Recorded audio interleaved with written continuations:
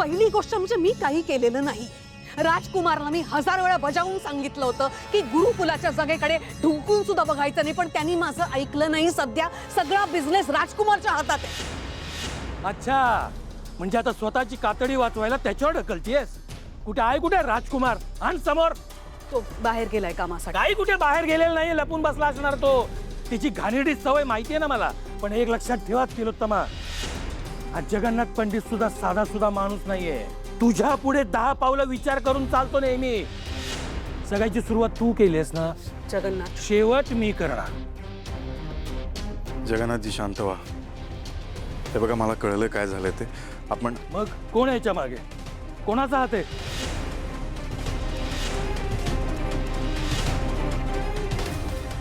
माझ्या नादी लागून खूप मोठी चूक केली तू. जड जाणार तुला, खूप जड जाणार. जगन्नाथ, जगन्नाथ. गाई, काय हा प्रकार?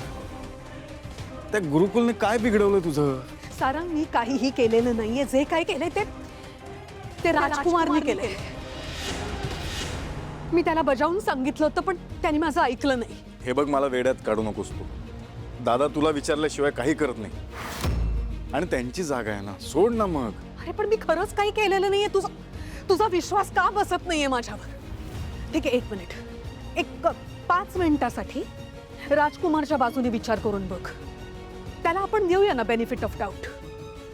मुळात गुरुकुलाची जागा ही रूपम कॉस्मेटिक्सची होती, पण ती बेकायदेशीररित्या चुकीचे फेक कागदपत्र बनवून जगन्नाथला विकली गेली. बरोबर आहे ना? पण ती मुळात आहे जागा आपलीच ना. मग तीच जागा राजकुमार स्वतःच्याकडे आणण्याचा प्रयत्न करतोय, तर त्याचं काय चुकतंय? फक्त त्याची जी पद्धत आहे ना, ती चुकीची आहे. तो आपल्या कंपनीचा अधिकृत मेंबर आहे आणि त्याने हे सगळं केलं. त्याची पद्धत चुकली, पण ठीक आहे, मग कंपनीचा अधिकृत मेंबर मी पण आहे. मला जे पाहिजे ते मी करतो. काय करणार आहेस? कोर्टाच्या विरोधात जाणार आहेस तू? ही केस मागे घ्यायला लावणार आहेस?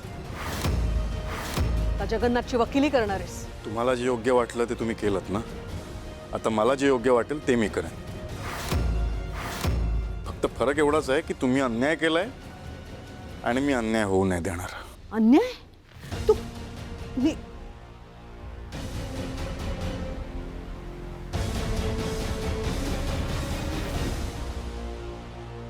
सारंग ज्या पद्धतीने चिडून गेलाय ते बघता हा नक्कीच काहीतरी मोठी गडबड करणार आहे. या म्हातारीला सारंगला अडवायला तर जमणार नाही. आता एकूण परिस्थिती हाताबाहेर चालली असंच वाटतंय. आत्ताच्या आत्ता राजकुमारला फोन करून हे कळवायला पाहिजे, नाहीतर आमचा सगळा प्लॅन फ्लॉप होईल.